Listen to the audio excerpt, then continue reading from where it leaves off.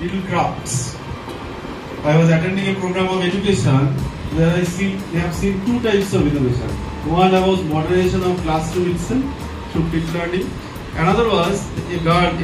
Education happens to be one of the innovative departments. There is a very good painter. I can see probably the third here. There are beautiful crafts also. Okay.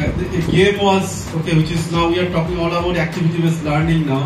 A game has been evolved by the education student. I have attended the program of science departments also, where some of the physics and mathematics students were telling their ideas. History event was altogether different. যে 10টা মানুষের মধ্যে একটা মানুষের এখন মোটামুটি diabetes হয়েছে, তো সেই ডায়াবেটিস মুক্ত থাকতে গেলে তারা প্রত্যেক দিনের খাদ্যাভ্যাসে মাশরুমকে রাখতে পারে। এছাড়াও ডায়েট করে এখনকার ছেলে মেয়েদের। কোনো কিচেনে যখন সিলিন্ডার লিক হয়, নিজের হাতে এঁকেছি একটা মডেল যেটা হচ্ছে কম্পোজিট ফার্মিং এর উপরে, এবং এই ফার্ম থেকে যে কোনো একটা জিনিস যেটা হচ্ছে নারকেল গাছ, যেটা আমি এখানে হাইলাইট করে বলার চেষ্টা করেছি। আমার এই পোস্টারের ইনোভেটিভ আইডিয়া হচ্ছে 4টে জিনিসের উপর ভিত্তি করে। একটা হচ্ছে আমাদের খুব হেল্প করেছে, সেখান থেকে আমরা এই খাবারগুলো বানিয়েছি এবং সেখান থেকে স্যার আমাদের ফোন দেন আমরা বাড়িতেও বানাতে পারি। যেমন এর আর একটা ভালো দিক হচ্ছে আমরা এখানে স্টুডেন্ট, গৃহবধূ যারা পুরুষ সবাই আমরা মাশরুম চাষ এবং সেখান থেকে বিভিন্ন খাবার বানানো, সেগুলো সেল করা একটা ব্যবসায়িক দিক হিসাবে সেগুলোকে আমরা করতে পারি। মানে মূল্য লাগবে তাও নয়, এবং মানুষের হেল্প। আরও আমরা এটা কেন বেশি কারণ এটা একটু রেয়ার টাইপের, সবার কাছে মানে সবাই যে মাশরুমের ব্যাপারে জানে বা মাশরুম খায় এরকম না, সেই জন্যই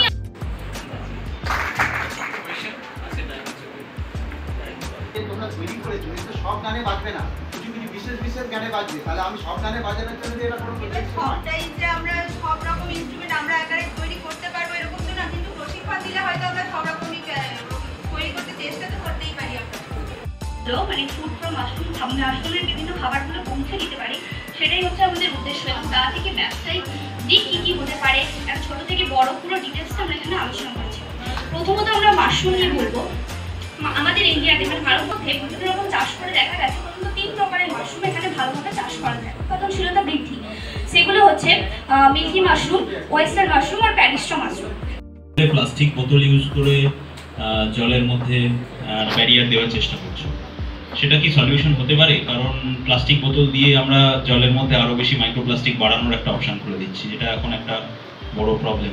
মাইক্রোপ্লাস্টিক মানে ওটা ডিগ্রেড হয়ে যত থাকবে, ডিগ্রেড হয়ে জলে মাইক্রোপ্লাস্টিক বাড়বে, সেখান থেকে সেটা বায়োম্যাগনিফিকেশন। তাহলে সেক্ষেত্রে এটা অ্যাপ্লিকেবল। মানে আমরা এখানে আমাদের জিওগ্রাফিক্যালি দুটো কনসেপ্ট আছে, হাই টাইড আছে আর লো টাইড। সবসময় তো আমরা যেখানটা স্থাপন করতে যাচ্ছি মাটির কালো কলসি, মাটির কলসি সেটা কভার করতে। কালীঘাটের মেলার মূল বৈশিষ্ট্যই হলো মাটির কালো কলসি। আজ আমাদের উপস্থাপনা দিঘিমণ্ডল ঘাটের কালীঘাটের মেলা। মেলা অর্থাৎ মিলন সংস্কৃতি, যেখানে সর্বস্তরের সর্বপ্রকারের মানুষ নিজেদের চিরাচরিত জীবনযাত্রা থেকে কিছুটা বিরতি পায় এবং সর্বাঙ্গীন আনন্দে মেতে যায়। বর্তমানে আমাদের অজ্ঞানতার কারণে সেগুলি প্রায় আজ বিলুপ্তি। মেলা হলো আমাদের দিঘিমণ্ডল ঘাটের কালীঘাটের মেলা। কোথায় এটা? হাওড়া জেলার দক্ষিণ প্রান্তে, মেদিনীপুর জেলার উল্টো দিকে এবং রূপনারায়ণ নদীর তীরের এক পুরাতন গ্রামলিপ্ত শহরের উল্টো দিকে এক প্রত্যন্ত গ্রাম হলো দিঘিমণ্ডল ঘাট। যে দিঘিমণ্ডল ঘাটের কালীঘাটের মেলাটি। তো আমরা ইমিডিয়েটলি কোথায় কি করবো আমরা খুঁজে পাচ্ছিলাম না। তো ওরা যে প্রজেক্টটা করেছে সেটা নেটওয়ার্কিং এর কাজ করবে, অ্যাকচুয়ালি যোগ সাধন করাটা বেশি দরকার। স্যার সেটা বারবার বলছেন যে এরকম অর্গানাইজেশন তো অনেক আছে, কিন্তু আমরা জানি কটা নাম, আমরা নাম জানি না। আমাদের মাঝখানে একটা যোগসূত্র তৈরি করাটা হচ্ছে উদ্দেশ্য। তো আমার মনে হয় তোমরা কলকাতা বা ইন্ডিয়ার কথা বলেছো, সেটা না করে তোমরা শ্যামপুর থেকে আগে কাজটা শুরু করার চেষ্টা করো। যে আমরা শ্যামপুরের মধ্যে যতগুলো এরকম অর্গানাইজেশন আছে, যতগুলো হোটেল আছে, যতগুলো রেস্টুরেন্ট আছে, তাদের একটা ডেটাবেস তৈরি করো। দিয়ে এই অর্গানাইজেশনগুলোর মধ্যে যদি তোমরা একটা ডেটাবেস তৈরি করতে পারো, রেজিস্টার যে এই মাসে কারা কারা কোথায় কি ইভেন্ট করছে।